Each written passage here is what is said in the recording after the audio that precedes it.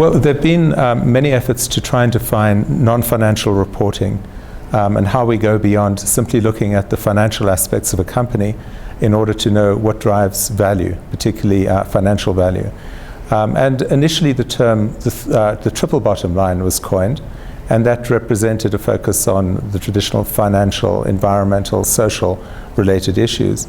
Companies like Novo Nordisk started pioneering the use of the triple bottom line. It was recognized that there was something missing, namely the health of employees.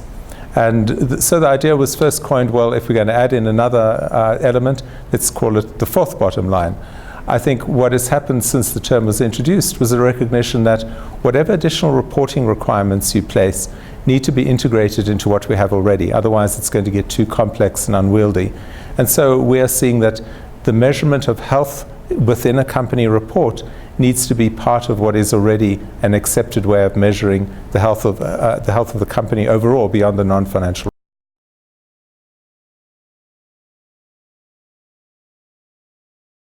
There are many advantages. The first is that what you don't know about and what you're not measuring, you're not going to act upon.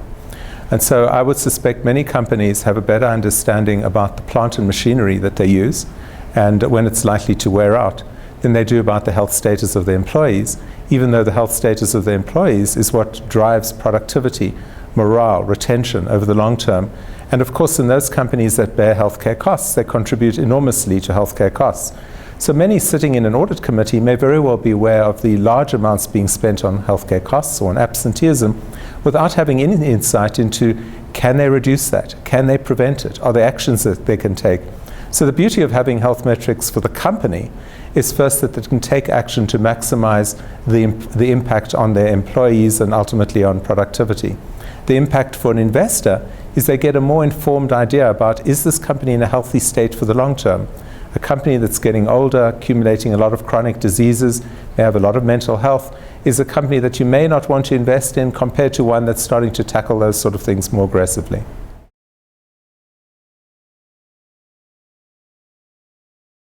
I think it's quite extraordinary that we have the Ministers of Health of the region getting behind a corporate initiative for two reasons. One is it's very rare in the World Health Organization realm to actually have this level of engagement with companies.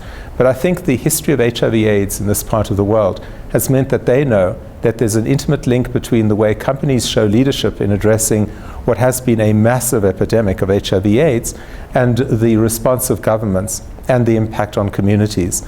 So I think that why this part of the world is the place we're seeing it first is because they believe that if we can go from HIV/AIDS and the responsibility and leadership that companies showed there into other chronic diseases, maybe we'll get on top of hypertension and diabetes and mental health in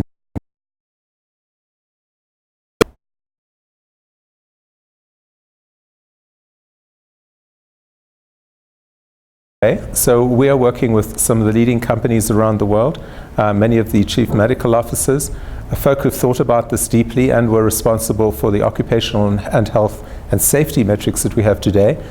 So the process really is to comb through what really makes a difference. How can we actually synthesize these extremely long-wieldy lists that many would want down to something that's practical and pragmatic?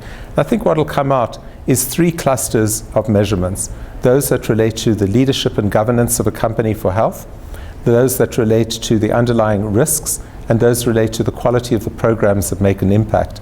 And I think in starting to get those together, we're already making a lot of progress. Some companies are already starting to report. I would suspect over the next 18-month period, we'll see a bit of experimentation, but hopefully then agreement by the major reporting bodies.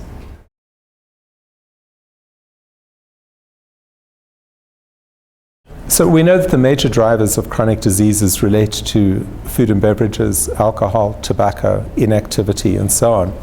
And so it's interesting that there are examples of companies who publicly stated their intent both to transform and address this through their core products and services. This is separate from the employee issue. So examples would be Unilever, PepsiCo, Mars, all looking at product reformulation, lowering salt, sugar, and fat, not because they think it's just a jolly nice thing to do, but because they are reading the market and consumers seeing that long-term the demand for healthy foods is actually more profitable than then less healthy foods. And at the same time, they can reduce their long-term litigation and liability concerns. The same we're seeing in some alcohol companies, where alcohol companies are aware that the issue of alcohol consumption and motor vehicle injuries is very high and very well known. So we're seeing some, AB InBev being the latest, bringing together a consortium of IBM, Facebook, unlikely partners to try and see how they can start addressing safe roads and safe driving. Again, not because they think this is a nice thing to do and want to be patted on the back, but because they believe that'll be a way of reducing their long-term risk. I mentioned Philip Morris International, very unlikely company to mention given what I've been involved with in tobacco control, but they have been investing up to $2 billion in preparing and reduced risk products that could bring down the risk of consumption of tobacco products by 95% plus. Their CEO just a couple of weeks ago announced that he would like to see by the end of the decade the majority of people using his products to be on reduced risk products, which would mean dramatic changes in the death rates from tobacco. All of those are examples of what is not coming tomorrow, but what is underway now. And it's driven, I think, by two big forces. One is the investor community starting to look at sustainability long term. That includes liability risk and so on. But the second is consumer demand. And consumer demand is shifting much more aggressively to wanting to invest in companies that are truly supporting their long-term interest and welfare.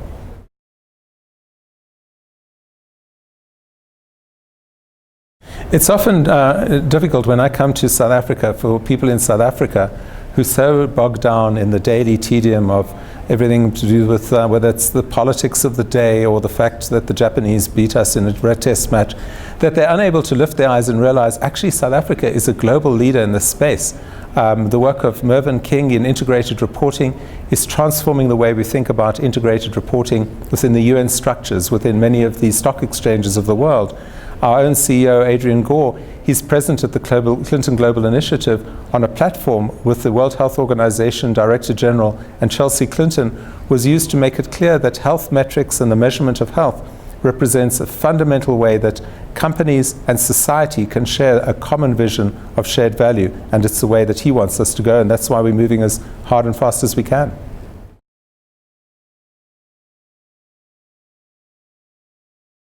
Well, I really must applaud Nkonki for holding this meeting. It's extremely rare to actually have the ability to bring together accountants, chief financial officers, and those who are actually sitting at the heart of decision-making in companies talk about issues like health.